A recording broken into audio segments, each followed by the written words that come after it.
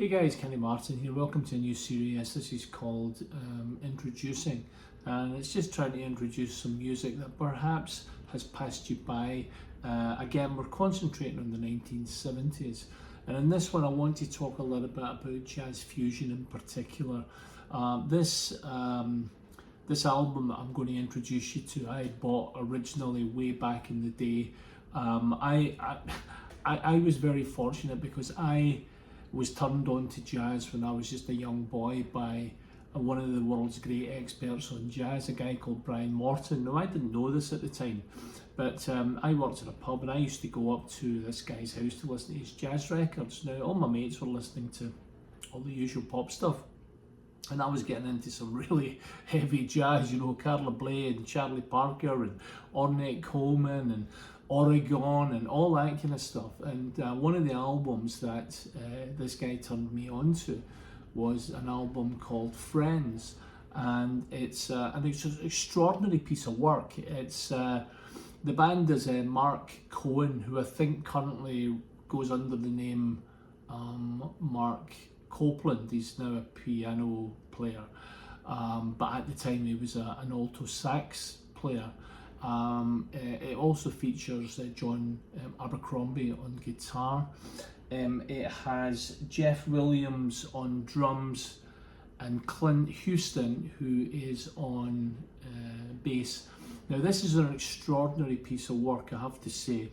It was recorded in May 1972 and it was released in 1973.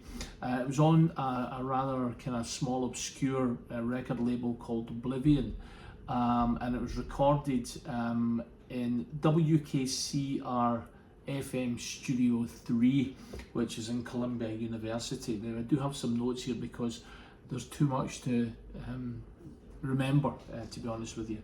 I guess people think about jazz fusion, you know, as starting in the very late 1960s, and it, you know, definitely had its explosion in the 1970s. You know, people class the Duster album by Gary Burton, and I think that was 1969, and that was the album that he brought in Larry Coryell on guitar, and it is an extraordinary piece of work. But personally myself, I wouldn't exactly say it was jazz fusion, you know, or if it was jazz fusion, I'm not sure what he was fusing it with. We then, of course, had you know, In a Silent Way in 1969 by Miles, and we also had, of course, Bitches Brew, you know, which was an extraordinary piece of work. The early Mahavishnu Orchestra stuff was getting really into the fusion, but I think this album by Friends is one of the most extraordinary fusion albums ever. It's got such energy and such power, and the experimentation in this album really is amazing. For somebody who's a casual listener, perhaps it's not the most brilliant listen, but for somebody who's into jazz and who likes experimental music and who likes creativity, this is an extraordinary piece of work. It really is. I'm going to just read my notes here. The Jazz Forum, back in the time, the Jazz Forum magazine said it was the electronic jazz record of the year. In fact, it may have been of the past few years.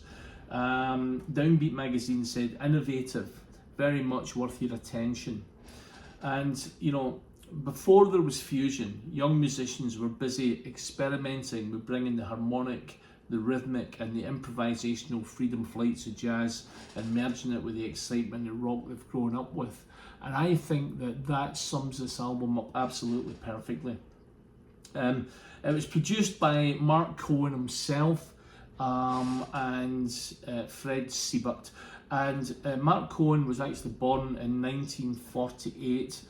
He now performs piano pretty much exclusively as Marc Copland, and it became part of the music scene in his hometown and became friends with Michael Brecker, and he played in bands with Michael Brecker, who is again another extraordinary musician. In 1966 he moved to New York. He played with a few bands, but he then met John Abercrombie. And John Abercrombie was, you know, one of the doyens of the scene even back then. And he experimented in this album and you will hear it when you listen to it. He experimented with all sorts of different things to change the sound of that alto sax. And on here it says he used an octave divider, 2 wah-wah pedals, a fuzz tone and a tape echo box. And the sound of the saxophone in this album is like nothing you've ever heard before. It really is absolutely incredible. Now, John Abercrombie played in a band before he joined Friends. He played in a band called The Dreams, and what a band that was. That was a kind of jazz rock band from the very late 60s, early 70s, and the lineup was absolutely stellar. Now, I found some stuff on the Internet Archive, which is amazing, and I've been listening to that this morning before I recorded this video. Listen to this band. We have Michael Brecker on tenor sax and flute. We've got Randy Brecker on trumpet and flugelhorn. Billy Cobham's on the drums in this. Jeff Kent on keyboards, guitar and vocal. Doug Lubin, bass and vocals. Barry Rogers, trombone and tuba. Edward Vernon on lead vocals, because it's a vocal album. It sounds a little bit, by the way, a little bit like the early Chicago stuff. It's really wonderful. And John Abercrombie, of course, on lead guitar. This Friends album, I have to say, is just amazing. The track listing on this album is, there's only 4 tracks, 2 on each side. There's a 5/8 tune, which is 9 minutes long, Black Vibrations, which is 12.5 minutes long, Nursery Rhyme, which is 10.5 minutes long, and Loose Tune, which is 13 plus minutes long.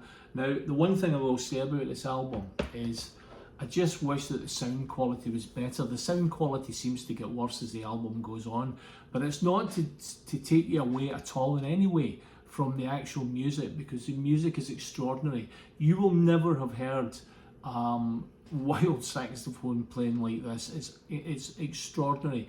And you know, when you look at the kind of more safe stuff, shall we say, by the early jazz fusion pioneers, I think this Friends album stands up you know, head and shoulders actually for the early jazz at that point. Now remember, things like Billy Cobham's Spectrum and things hadn't been released at this point, and this was, I just think, taking you know, bebop and free jazz and bringing it into that almost a new age. I think this was one of the first proper jazz fusion albums ever.